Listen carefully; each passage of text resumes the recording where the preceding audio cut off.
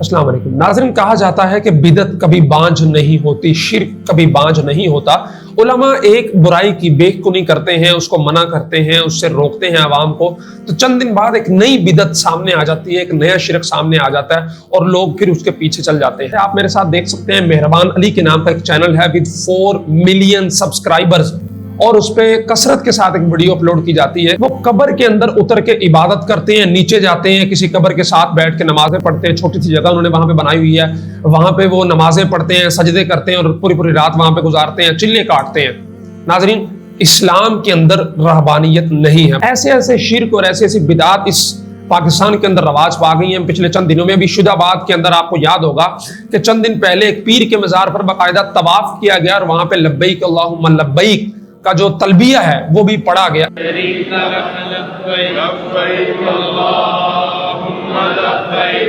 इतना बड़ा शिरक कि पीर, जो खुद पीरों की जो हालत है पाकिस्तान के अंदर, वो भी आपको पता है कि ना इनकी दाढ़ी होती है, ना ये 5 वक्त के नमाजी होते हैं, ना गैर महरम औरतों से इख्तलात से बचते हैं, बल्कि जैसे ये दम करते हैं औरतों को सीने पे हाथ रख के, कपड़े उठा के पेट पे हाथ रख के, और अजीब अजीब नहाते नहीं है पूरा महीना महीना। कहते हैं कि हमें जिन्नात के साथ कलाम करना होता है, नापाकी उसके लिए जरूरी होती है, और वो पीर जब मरता है उस पर मिजार बनाते हैं तो वहां पे फिर ऐसे काम होते हैं। इसी तरह का ये मेहरबान अली, इसके साथ उन्होंने जगह बनाई हुई अपनी इबादत की, वहां पे नीचे उतरते हैं, वहां जाके इबादत करते हैं और कहते हैं कि जी मैंने चिल्ला काट लिया और मैं बहुत अल्लाह के करीब हो गया। हम मुसलमान हैं और मुसलमान के लिए सबसे बुनियादी अकीदा तौहीद का होता है। तौहीद का मतलब यह है कि ला इलाहा इल्लल्लाह, अल्लाह के सिवा कोई इबादत के लायक नहीं है। नमाज का पूछें, कहेंगे जी हम मक्का मदीना में पढ़ लेते हैं। ज़कात देनी क्या इन्होंने, ये तो लोगों से माल खींचते हैं, उनको लूटते हैं, उनको इस नाम पे कि तुम्हारे घरों में जिन है, तुम्हारे अंदर ये मुश्किलात है, तुम हमें पैसे दो, सदके करो, फलां, ये लेते हैं।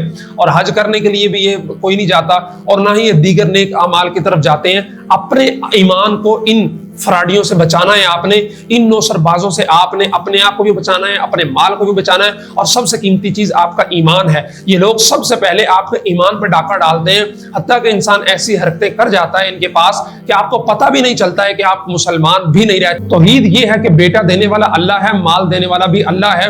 इस तरह कब्रों में नीचे उतर के जाके इबादत करना, इसका इस्लाम के अंदर कोई तसव्वुर नहीं है। ये बिदत है, ये शिर्क है, इस्लाम के साथ इसका कोई ताल्लुक नहीं है। अपने आप को, अपने अहले खाना को, और सबसे बढ़कर अपने ईमान को इन तमाम फ्राडियों से, इन नौसरबाजों से बचा कर रखें, ताकि आप कल क़यामत को अल्लाह के हुजूर सुरखरू हो सके।